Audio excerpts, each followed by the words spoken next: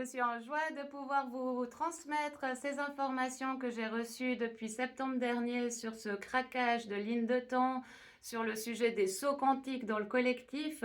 Ça me demandait simplement d'attendre le mois de mars pour pouvoir transmettre toutes ces informations-là. Donc, pour bien comprendre ce sujet, c'est que quand il y a un craquage sur les lignes de temps, donc tout le monde est concerné, hein, qu'on soit en pleine conscience ou pas de la situation et qu'on soit prêt ou non également. En fait, pour comprendre ce qu'il se passe depuis février, hein, ce qui s'est passé ce mois de février qui a ouvert justement, qui ouvre cette année 2026, on va revenir à ce qui s'est passé en 2020, donc à cet arrêt total dans la matière, le confinement qui a permis justement à faire ce face-à-face avec soi-même, ce retour à soi. Donc là, c'était la première prise de conscience, hein, cette ouverture de prise de conscience par la matière, par ce fait de cet arrêt total dans l'extérieur, dans le monde, hein, le monde dans le collectif. Et cette prise de conscience a été sur le point qu'il y a autre chose qu'on pouvait commencer peut-être à imaginer ou à peut-être mettre en place certaines choses pour pouvoir vivre autrement. Pour faire simple, cette prise de conscience-là a été que il n'y a peut-être pas que métro, boulot, dodo. Hein, voilà, ça a vraiment permis cette histoire-là de se mettre en marche. En tout cas, c'est ce que j'ai pu remarquer dès le déconfinement, c'est que mes clients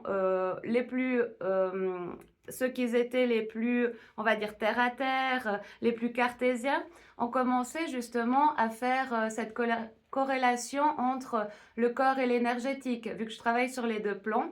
Voilà, ceux qui essayaient toujours de avoir un mieux-être sur le corps physique par une certaine douleur ou quoi, ont commencé justement à avoir ces prises de conscience que peut-être la douleur voulait dire quelque chose, comme la maladie, tu vois, le mal a dit. En fait, voilà, ça a vraiment commencé à faire cette grosse prise de conscience dans le collectif qu'il n'y avait pas que la matière.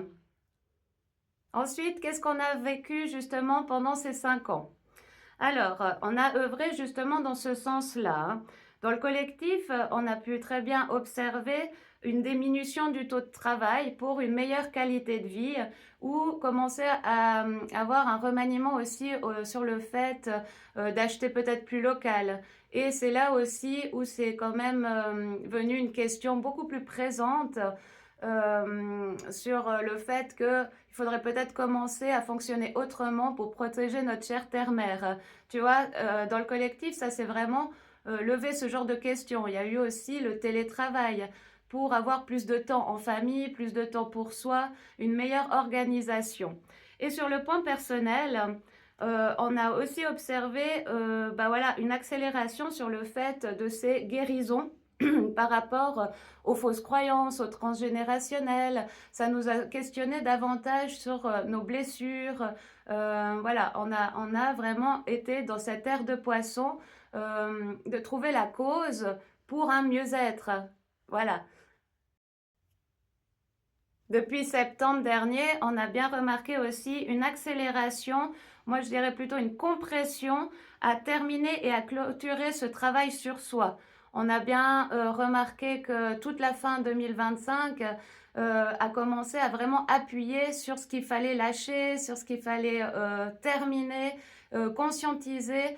En plus, c'était l'automne, donc vraiment la période voilà, du nettoyage, de la libération, de la prise de conscience de ce qui ne pouvait plus durer. Et tout ça, ça s'est aussi accéléré.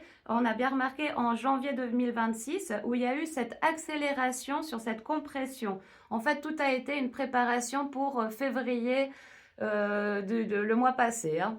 Donc février a été le deuxième craquage sur ces lignes de temps. La différence de 2020 à février 2026, hein, ça a été que 2020 a été fait par la matière, par cet arrêt total dans la matière, dans le collectif.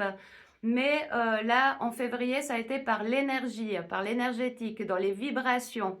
Donc la première le premier craquage, c'était dans la prise de conscience, et ce deuxième craquage, c'est dans l'élévation des consciences. Donc, comment on le perçoit? C'est par les vérités qui éclatent, davantage de prise de conscience sur ce qu'il se passe à l'extérieur du monde, mais qui est simplement un reflet de notre monde intérieur. On a aussi pu observer davantage de conscience que nous ne sommes pas qu'un corps, hein, mais une conscience, une âme et un corps, que tout ça en fait va ensemble. Donc ce deuxième craquage, dans ces lignes de temps, on observe ça aussi par une grosse levée de voile sur l'illusion des vérités qui éclatent hein, en nous et dans le monde extérieur. On voit bien ce qu'il se passe. Et justement, sur la deuxième vérité, ce lever de voile, c'est sur l'idée de la séparation. Déjà, premièrement, la séparation du monde extérieur qui n'est simplement qu'un reflet du monde intérieur, mais aussi que, justement, nous ne sommes pas qu'un corps, mais un corps, une conscience et une âme. Donc, on comprend que tout est lié, qu'on porte déjà tout en nous et qu'on est créateur de notre vie. De ce fait, on sort déjà premièrement de ce fameux triangle de Cartman, hein, victime, bourreau et sauveur. Et donc, nous passons d'une spiritualité dite enfermante à une spiritualité incarnée. Je m'explique. La spiritualité dite enfermante, c'est plutôt la boucle, comme ça, qu'on revisite justement ce travail sur soi par les guérisons, par tout ce que j'ai nommé avant, hein, tout ce qui est d'ailleurs nécessaire. Hein, ceux qui ont quand même entrepris tout ce cheminement de connaissance sur soi, de guérison, ben c'est parfait. Sauf que maintenant, ça fait partie de l'ère du poisson qui s'est terminée. Et là, maintenant, l'invitation, c'est une spiritualité incarnée. Donc, nous devenons maîtres de soi par le discernement, donc notre conscience, par nos ressentis, notre corps, et notre intuition, notre âme. Et notre âme nous parle sous forme de messages, d'élan intérieur, d'intuition comme ça. Donc par ces messages, ça peut être par des rêves, des visions, des synchronicités, tu vois, et ces élans intérieurs que, en fin de compte, tu te dis, je sais pas d'où ça sort, eh bien c'est ça. Et là, deux clés pour avancer sur ce chemin-là en conscience plus élevée, hein, justement, pour devenir cette véritable version de nous-mêmes, eh bien, là, je t'invite grandement à faire silence.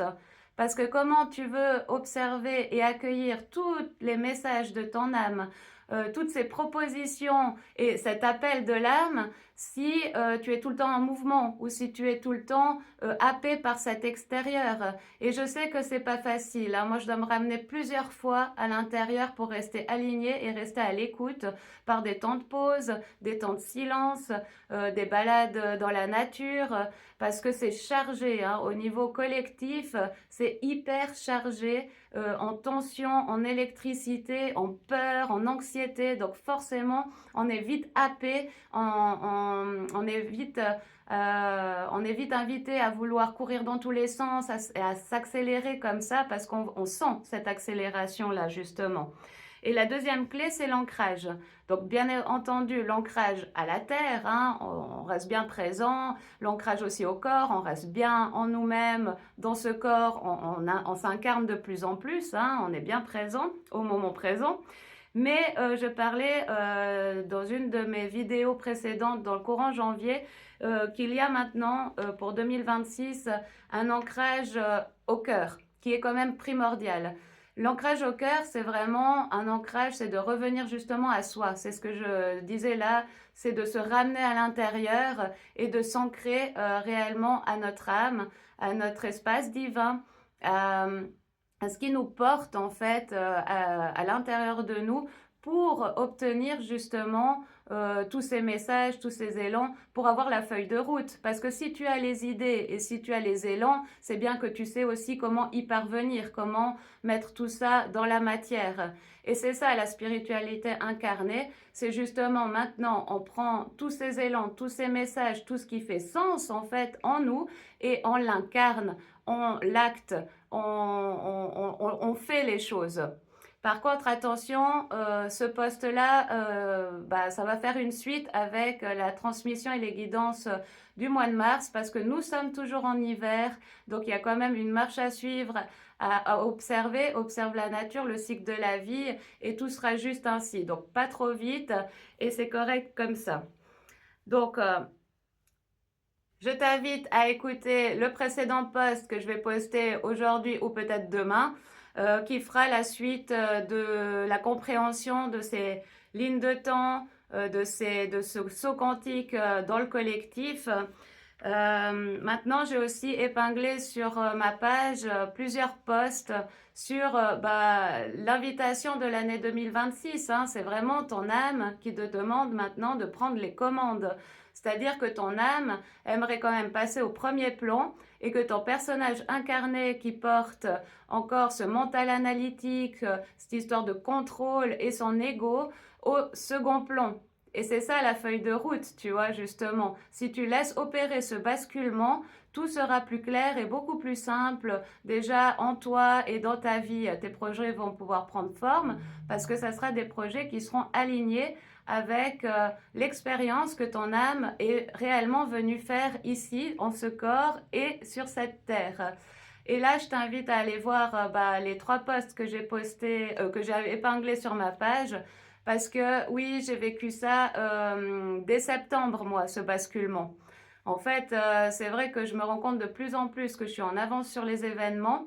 Déjà en 2020, moi j'ai vécu vraiment ces grosses prises de conscience et cette accélération dans ce nettoyage et ces guérisons de blessures tout début 2019. Et je pense qu'il y en a beaucoup qui vont se reconnaître là en fait, qu'on vit des fois les événements avant les gens, avant le collectif, pour pouvoir justement aider, transmettre, soutenir un maximum ce qu'il se passe. Et c'est pour ça que depuis septembre dernier, j'ai ces informations sur ces craquages de lignes de temps. Là aussi, petite parenthèse, que la ligne de temps, justement, il y a ces ouvertures. En fait, il y a quand même 3 lignes de temps.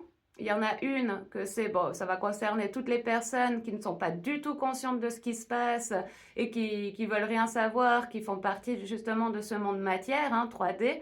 Il y a une deuxième ligne de temps où c'est un entre-deux, c'est-à-dire que les personnes sont en chemin, donc en conscience, mais porteurs encore trop, il n'y a pas de bien et de mal, mais encore porteurs de beaucoup de blessures, de freins, sont en chemin, mais encore dans cette transition-là et de cette compréhension de soi sur le transgénérationnel, sur ces blessures, parce que c'est une étape bien évidemment obligatoire et nécessaire pour aller à la seconde, à ce basculement, justement. Et puis, la 3e ligne de temps, c'est pour ceux que, justement, ça fait sens. Tout ce que je te raconte là, tout ce que tu peux percevoir aussi, ce qui se passe dans le collectif, eh bien, tu observes quand même une certaine neutralité, une certaine confiance et foi que, en fait, tout est juste. Et que dans le sens, il n'y a pas de chaos sans changement, qu'on ne peut pas faire du neuf avec du vieux, et puis que tu te laisses porter un maximum, tu vois, dans ce chemin-là. Donc voilà les 3 lignes de temps. Ce que j'ai pu observer, c'est que quand il y a un craquage comme ça qui se produit également, c'est que ces lignes de temps ne se referment pas tout de suite, comme je viens de te dire. J'ai vécu ça tout début 2019 et quand même ça a observé ça dans le collectif encore toute l'année 2020. Donc à mon avis, ce qui se passe là, c'est quand même que février a été ce gros craquage qui va permettre ce saut quantique dans le collectif, ces prises de conscience sur cette élévation de soi, mais que ça va rester ouvert justement tout 2026 pour qu'on puisse se placer sur l'une ou l'autre de ces lignes de temps. Maintenant, pourquoi j'ai pas pu la transmettre plutôt en début de mois, comme c'est une guidance quand même sur le mois en cours normalement, mais que j'ai dû attendre mars, c'est qu'il m'expliquait grandement que nous, humains, nous comprenons et intégrons par l'expérience. Et franchement, ça fait sens quand même. Parce que j'entendais énormément aussi que tout choix et toute action, donc tout prise de position là-dedans, porte ses conséquences. En fait, c'est le libre arbitre. Et ce libre arbitre, ça fait partie du jeu. Donc, si parce que je suis pas la seule à parler de ça, je pense, hein, je ne sais pas, mais du coup, si on parle trop de ces choses-là et qu'on n'a pas intégré et fait l'expérience par soi-même, eh bien, il y aura tout ce processus de ce mental, de cet ego qui rentre dans le jeu en fin de compte. Voilà, donc j'espère que ça a été clair. Je te mets en bas dans la description aussi que je t'invite à lire un peu plus ma vision des choses, qui je suis aussi. Et je t'invite à regarder le post sur les guidances et la transmission du mois de mars parce que c'est une suite en fait de ce que je te parle ici.